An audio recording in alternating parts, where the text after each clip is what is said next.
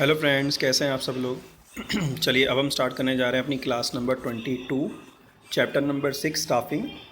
और उसमें हमारा जो टॉपिक स्टार्ट हो रहा है वो आज है आपका सिलेक्शन प्रोसेस। जैसे मैंने आपको क्लास नंबर 21 में बताया था कि हमने जब भी ऑर्गेनाइजेशन में स्टाफिंग करते हैं तो स्टाफिंग जो है वो एक ब्रॉड कंसेप्ट है। इसमें हमें बहुत सारे स्टेप्स को फॉलो करना होता है, जिसमें पहला स्टेप होता है estimation of man power requirement. हम एस्टिमेशन करते हैं कि हमें मैन पावर की कितनी ज़रूरत है ऑर्गेनाइजेशन में, कितनी वैकेंसी हैं, कितने जॉब हैं जो वेकेंट जॉब है हमारे ऑर्गेनाइजेशन में। और तो रिक्रूटमेंट का मतलब क्या होता है? सर्चिंग मतलब एप्लीकेंट्स को ढूंढना और जॉब पे अप्लाई कराना। और इस सर्चिंग के लिए हम क्या करते हैं, अलग अलग सोर्सेज का इस्तेमाल करते हैं रिक्रूटमेंट में, इंटरनल सोर्स और एक्सटर्नल सोर्स।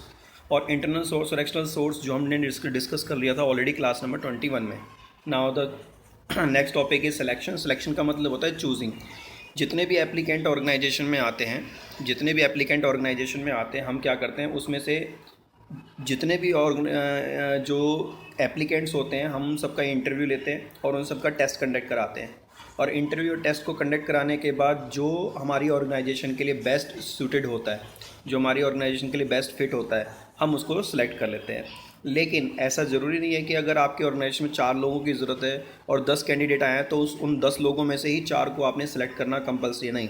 अगर वो आपकी ऑर्गेनाइजेशन के लिए फ़िट होते हैं इन सेंस ऑफ एलिजिबिलिटी के मामले में, जैसे एजुकेशन हो गया, आपकी एक्सपीरियंस हो गया, लोकेलिटी हो गई, ठीक है, और इंटरेस्ट हो गया, ठीक है, उसकी नॉलेज हो गई, टेस्ट क्लियर करना हो गया, ये सब बातों का ध्यान रखकर फिर हम एम्प्लॉय को सिलेक्ट करते हैं। ऐसा नहीं कि आपको बहुत अर्जेंट ज़रूरत है तो 10 लोग आए तो उसमें से 4 आपने रख लिए, चाहे वो एलिजिबल थे या नहीं थे, उनकी एजुकेशन आपके पैरामीटर आपके स्टैंडर्ड के हिसाब से थी नहीं थी।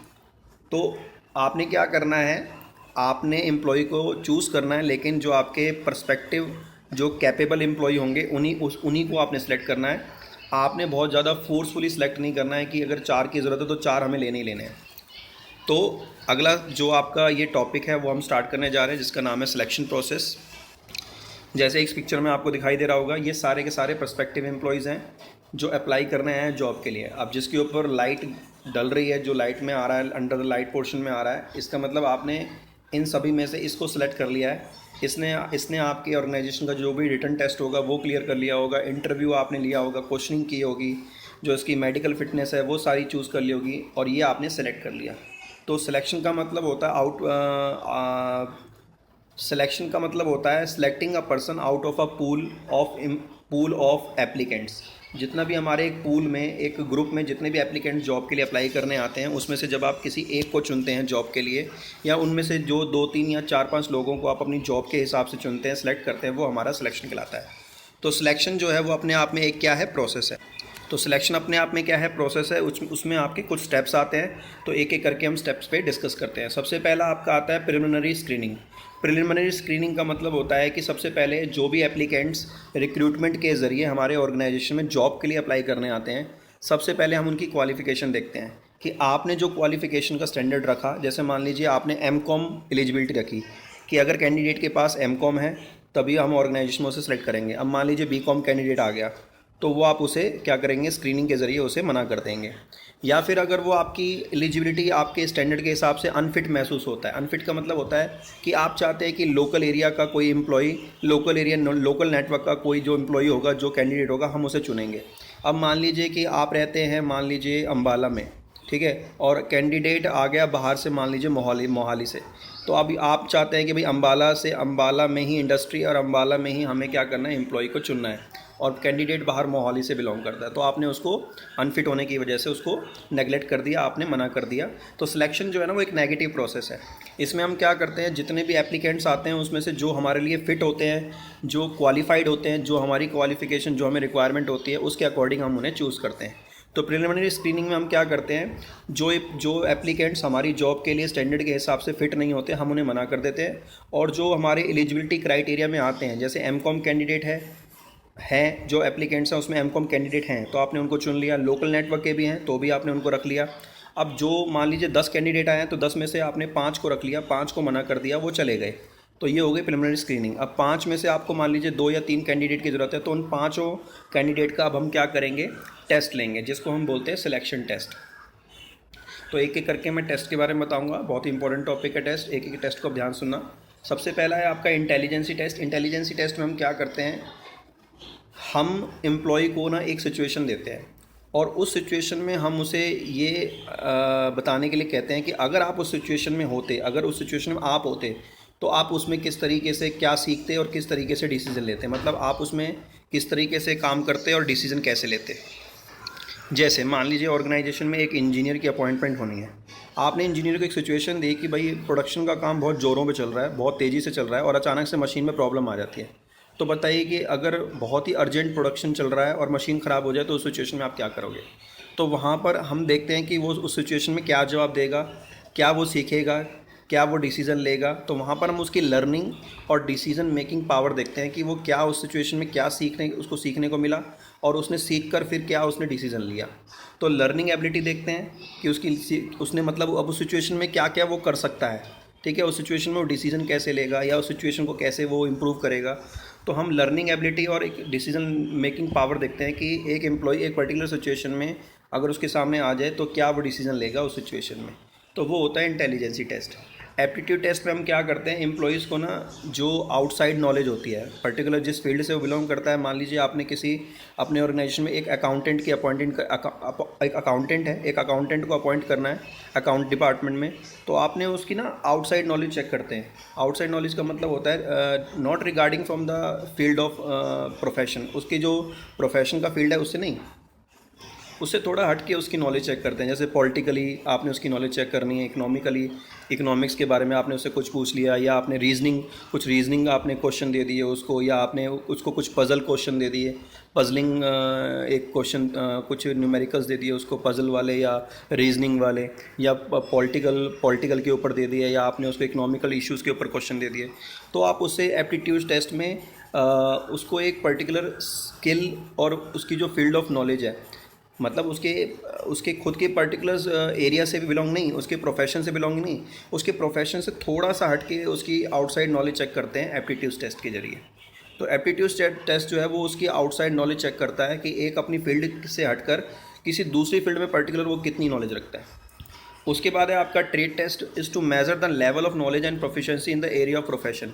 ये वो मेन टेस्ट है जो उसकी स्किल से रिलेटेड होता है। अगर आपने अपने डिपार्टमेंट में अकाउंट्स डिपार्टमेंट में किसी अकाउंटेंट को अपॉइंट करना है तो अकाउंट से रिलेटेड जर्नल एंट्री हो गई, या आपका ट्रायल बैलेंस हो गया, या आपकी ट्रेडिंग P&L हो गया, बैलेंस शीट हो गई, जो उसकी एक्चुअल स्किल है, जिस स्किल के बेस पर वो जॉब लेने आया है, वो ट्रेड टेस्ट के ज़रिए हम उसकी नॉलेज को चेक करते हैं। उसके बाद है पर्सनैलिटी टेस्ट। पर्सनैलिटी टेस्ट में हम ये देखते हैं कि एक एम्प्लॉई जॉब के दौरान काम करते समय अपने दूसरे एम्प्लॉई के साथ किस तरीके से, किस सिचुएशन में कैसे बिहेव करेगा। इसमें भी उसको सिचुएशन दी जाती है, उससे कुछ इमोशनली कुछ क्वेश्चंस पूछे जाते हैं कि इमोशनल लेवल पर या रिएक्टिव लेवल पर या फिर मैच्योरिटी लेवल पर किस तरीके से वो ऑर्गेनाइजेशन में वैल्यूज़ को बिहेव करेगा। मान लीजिए ऑर्गेनाइजेशन में बहुत ओवर टाइम की सिचुएशन आ गई है, या आपने उससे पूछा कि भाई बॉस अगर आपको किसी सिचुएशन में डांट रहा है या कोई प्रॉब्लम आ गया तो उस सिचुएशन में आपका क्या रिएक्शन रहेगा। तो हम उसका रिएक्शन, उसका बिहेवियर, इमोशंस एक पर्टिकुलर सिचुएशन में क्या क्या वो बाहर देगा, क्या क्या वो बिहेव करेगा, तो उसके बिहेवियर, उसकी पर्सनैलिटी के जो उसकी वैल्यूज़ हैं, उसके खुद की पर्सनैलिटी की कुछ वैल्यूज़ हैं, उन वैल्यूज़ को हम चेक करते हैं। चाहे वो इमोशनल वैल्यूज़ हो गई, चाहे वो बिहेवियर वैल्यू हो गई, ठीक है, रिएक्शन वैल्यूज़ हो गई, जो रिएक्ट करेगा उस पर्टिकुलर सिचुएशन में, वो हम चेक करते हैं। उसके बाद है हमारा इंटरेस्ट टेस्ट। इंटरेस्ट टेस्ट का मतलब ये है कि हम उसके सामने एक सीक्वेंस वाइज कुछ क्वेश्चंस डालते हैं कुछ ग्रुप में, मतलब हम एक सीक्वेंस रखते हैं क्वेश्चंस का, और उन क्वेश्चंस के ज़रिए हम ये देखते हैं कि वन बाय वन उसका इंटरेस्ट किस चीज़ में ज़्यादा है। अगर आप मान लीजिए आप अकाउंटेंट को अपॉइंट कर रहे हैं अपने अकाउंट्स डिपार्टमेंट में, तो आप ये चेक करना चाह रहे हैं कि वो जनरल एंट्री में ज़्यादा इंटरेस्ट दिखा रहा है, या वो उसका इंटरेस्ट ट्रायल बैलेंस में ज़्यादा है, या उसका इंटरेस्ट BRS में ज़्यादा है, या फाइनेंशियल स्टेटमेंट बनाने में ज़्यादा है, या इसका इंटरेस्ट कैश फ्लो बनाने में ज़्यादा है, ठीक है, फाइनेंशियल स्टेटमेंट बनाने में उसका इंटरेस्ट ज़्यादा है, या वो मान लीजिए सब्सिडरी बुक्स बनाने में उसका इंटरेस्ट ज़्यादा है। तो पर्टिकुलर फील्ड में, जिस फील्ड से वो बिलोंग करता है, उस फील्ड में हम ये चेक करते हैं कि उसको कौन सी उसकी पर्टिकुलर फील्ड में जो अलग अलग कैटेगरी है, अलग अलग उस फील्ड से रिलेटेड जो अलग अलग एक्टिविटीज़ हैं, किस एक्टिविटी में उसका सबसे ज़्यादा इंटरेस्ट है। तो उसकी पर्टिकुलर फील्ड से जुड़ी हुई जो उसके इंटरेस्ट के लेवल है अलग अलग, हम उस इंटरेस्ट को चेक करने की कोशिश करते हैं ताकि उसी इंटरेस्ट को ध्यान में रखकर हम उसे काम दें। अगर मान लीजिए एम्प्लॉय का जो इंटरेस्ट है वो जनरल एंट्री में और ट्रायल बैलेंस में ज़्यादा है, तो हम उससे रिलेटेड उसको काम देंगे अगर हमें लगता है कि हमारी जॉब में उस चीज़ की ज़्यादा ज़रूरत है। तो हम पहले उसका इंटरेस्ट चेक करते हैं कि उसका इंटरेस्ट क्या है उसकी पर्टिकुलर फील्ड में यूज़ होने वाली एक्टिविटीज़ से रिगार्डिंग। जब एम्प्लॉई ये सारे टेस्ट दे चुका होता है, फिर हम उस एम्प्लॉय को अपने पास बुलाते हैं और फिर हम उसका इंटरव्यू लेते हैं। उस एम्प्लॉयमेंट इंटरव्यू में हम क्या करते हैं, उसकी पूरी डिटेल डेप्थ में चेक करते हैं, उसका name, father name, education, qualification, उसका एक्सपीरियंस हो गया, उसकी लोकेलिटी हो गई, बैकग्राउंड हो गया। हम सारी चीज़ें डेप्थ में उससे इंटरव्यू में लेते हैं। थोड़े बहुत हम उससे क्वेश्चन भी करते हैं उसकी फील्ड से रिलेटेड, ट्रेड टेस्ट से रिलेटेड, ठीक है। उसका टेस्ट भी चेक करते हैं कि उसने टेस्ट में क्या क्या जवाब दिए। तो उस टेस्ट के बेसिस पर हम उसका इंटरव्यू लेते हैं, सारी बातें उससे पूछते हैं कि प्रीवियस ऑर्गेनाइजेशन में आपने कितना काम किया, क्या काम करते थे। जब ये सारी बातें हो जाती हैं, फिर हम उसका बैकग्राउंड चेक करते हैं कि वो कहाँ से बिलोंग करता है, रेजिडेंस क्या है उसका, उसका स्टेटस, उसका कास्ट क्या है, वो कौन सी लोकेलिटी से बिलोंग करता है, कहाँ से वो आता है, और उसको हमारी ऑर्गेनाइजेशन के बारे में क्या क्या पता है, उसको हमारी ऑर्गेनाइजेशन में कैसे पता चला, न्यूज़पेपर के ज़रिए या किसी एडवर्टीज़मेंट के ज़रिए, कौन से सोर्स से वो हमारे ऑर्गेनाइजेशन में आया। फिर उसके बाद हम सिलेक्शन डिसीजन लेते हैं। जो 10 में से 5 कैंडिडेट हमने प्रिलिमिनरी स्क्रीनिंग में हटा दिए थे, जो अनफिट थे और अनक्वालिफाइड थे, उसके बाद जो 5 रह गए थे जिनका हमने टेस्ट लिया, उसमें से मान लीजिए आपको 2 कैंडिडेट की ज़रूरत है, तो आप क्या करेंगे, टेस्ट के बेसिस पर, इंटरव्यू के बेसिस पर, रेफरेंस और बैकग्राउंड चेक के बेसिस पर जो एम्प्लॉई आपको लिए फ़िट बैठता है, सही है, आपकी पोजीशन जॉब के लिए बिल्कुल फ़िट बैठता है, आप उसे क्या करेंगे, उससे रिलेटेड आप सिलेक्शन डिसीजन ले लेंगे। तो मान लीजिए 5 में से 2 एम्प्लॉई बिल्कुल फ़िट है आपकी जॉब के लिए, जो आपको चाहिए, जैसा आपको चाहिए, तो 3 को आपने मना कर दिया और 2 को रख लिया। जिन 2 एम्प्लॉई को आपने सेलेक्ट किया, फिर आप क्या करते हैं, उनका मेडिकल एग्जामिनेशन होता है। मेडिकल एग्जामिनेशन का मतलब होता है candidate is required to undergo a medical fitness test. हम उसका मेडिकल फिटनेस टेस्ट लेते हैं कि कहीं उसको कोई डिजीज़ तो नहीं है, ठीक है, उसको कोई प्रॉब्लम तो नहीं है हार्ट की, या कोई उसकी कोई इंजरी तो नहीं है, मेजर इंजरीज़ वगैरह हो उसकी कोई, तो हम उसको पूरा मेडिकल चेकअप होता है। बाकी ये बहुत सारी ऑर्गेनाइजेशन में इसको इग्नोर किया जाता है, कुछ अच्छी ऑर्गेनाइजेशंस में ये सब चीज़ें होती हैं, ठीक है। तो ये हो गया मेडिकल एग्जामिनेशन। जैसे ही मेडिकल एग्जामिनेशन होता है, हम उसको जॉब ऑफ़र करते हैं। जॉब ऑफ़र का मतलब हम उसे ये बताते हैं कि आपको हमने ऑर्गेनाइजेशन में इस पोस्ट पे, इस ड्यूटी पे हमने आपको, मतलब ये आपकी पोस्ट है और ये आपकी रिस्पॉन्सिबिलिटी रहेगी, आपको ये काम करना है और ये आपकी डेजिग्नेशन, हम उसको डेजिग्नेशन बताते हैं कि आप एक स्कूल में लेक्चरर हैं या एक कंपनी में आप सुपरवाइज़र हैं और आपकी ये रिस्पॉन्सिबिलिटी रहेगी, ये आपको काम करना है। और उस जॉब ऑफ़र में हम उसको पर्टिकुलर डेट देते हैं, उससे पूछ कर कि आप कौन सी डेट पे आना चाहोगे, कौन सी डेट्स रहेगी, आप जिस डेट पे आप हमें ज्वाइन करना चाहोगे, 1 हफ़्ते के बाद या 10 दिन बाद या 15 दिन बाद, प्रीवियस ऑर्गेनाइजेशन को छोड़ने में आपको कितना टाइम लगेगा। तो ये सारी बातें जॉब ऑफ़र में की जाती हैं। स्टेप नंबर 7, तो offer the job through a letter of appointment, such a letter contain a date by which the appointee must report on duty. उस लेटर ऑफ अपॉइंटमेंट में बेसिकली सिर्फ डेट मेंशन होती है, उसमें कोई कॉन्ट्रैक्ट नहीं होता कि हमने आपके साथ जॉब फिक्स कर लिया है। हाँ, जॉब फिक्स तब होगी जब जिस दिन आप जॉब पे आप आओगे, आप ड्यूटी पे आओगे, उस पहले दिन ड्यूटी पे आने के बाद फिर आपसे कॉन्ट्रैक्ट किया जाएगा, आपके साइन लिए जाएंगे, तब आप जॉब पे माने जाओगे कि आपकी जॉब अब शुरू हो चुकी है। तो जॉब ऑफ़र का मतलब होता है कि पर्टिकुलर डेट ली जाती है आपकी उस दिन विज़िट की, आपको उस दिन आना है कंपनी में मिलने के लिए और आपकी जॉब उस दिन शुरू हो जाएगी। आपके सिग्नेचर लिए जाएंगे, फॉर्मेलिटी पूरी की जाएगी, आपके सारे डॉक्यूमेंट्स रखे जाएंगे जो आपके क्वालिफिकेशन से रिलेटेड है। तो offer the job through the letter of appointment, such a letter contain a date of by which appointee must report on duty, the appointee must given reasonable time for joining. जो appointee है, जिसको appoint कर लिया गया, उसको reasonable time देना पड़ेगा कि किस दिन आप हमारी ऑर्गेनाइजेशन में ज्वाइन करने आओगे। जब उसकी ज्वाइनिंग जिस दिन होती है, जिस दिन मान लीजिए 5 तारीख को उसने इंटरव्यू टेस्ट दिया और 1 हफ्ते के बाद उसने 12 तारीख का बोला कि मैं 12th डेट को मैं ऑर्गेनाइजेशन में ज्वाइन करूंगा, जिस दिन वो 12 तारीख को जॉब पे आएगा, उस दिन उसके साथ होगा last step, contract of employment. हम उसके साथ एक कॉन्ट्रैक्ट करेंगे, एक एफिडेविट तैयार होगा, एक कंपनी का लेटर हेड बनाया जाएगा, उस लेटर हेड पे उसकी पोस्ट, डेजिग्नेशन, उसकी उसकी उसकी जो रिस्पॉन्सिबिलिटी है, उसका वर्किंग टाइम, उसकी जो ड्यूटीज़ रहेंगी, उसको कौन कौन से रूल्स को फॉलो करना है, उस कॉन्ट्रैक्ट ऑफ एम्प्लॉयमेंट में सारी बात लिखी जाती है। उसका पे स्केल, उसका जो सैलरी होगी, उसका इंक्रीमेंट का स्टेटस क्या रहेगा, कितने साल के बाद उसे इंक्रीमेंट मिलेगा। तो कुछ बेसिक इन्फॉर्मेशन बता देता हूँ। ये आपका लास्ट स्टेप होता है। इस स्टेप के बाद एम्प्लॉई जो होता है वो पर्टिकुलर जॉब पे अपॉइंट हो जाता है और वो काम करना शुरू कर देता है। जो कॉन्ट्रैक्ट ऑफ एम्प्लॉयमेंट होता है उसमें एक लिखा जाता है जॉब टाइटल, कि उसकी जॉब क्या है, वो सुपरवाइज़र है, लेक्चरर है, या मैनेजर है, या सबऑर्डिनेट है, या सीनियर एग्जीक्यूटिव है।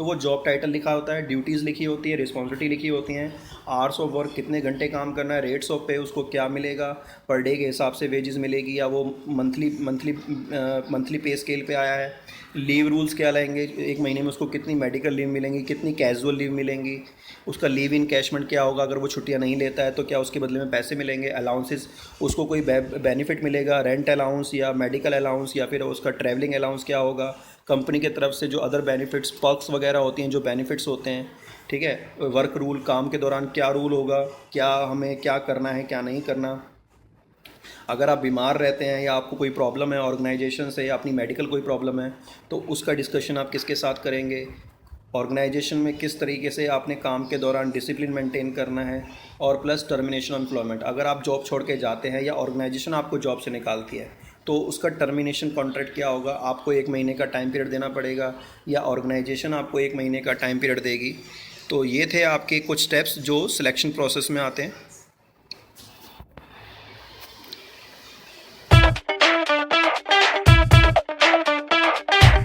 Subscribe now and press the bell icon. Never miss an update.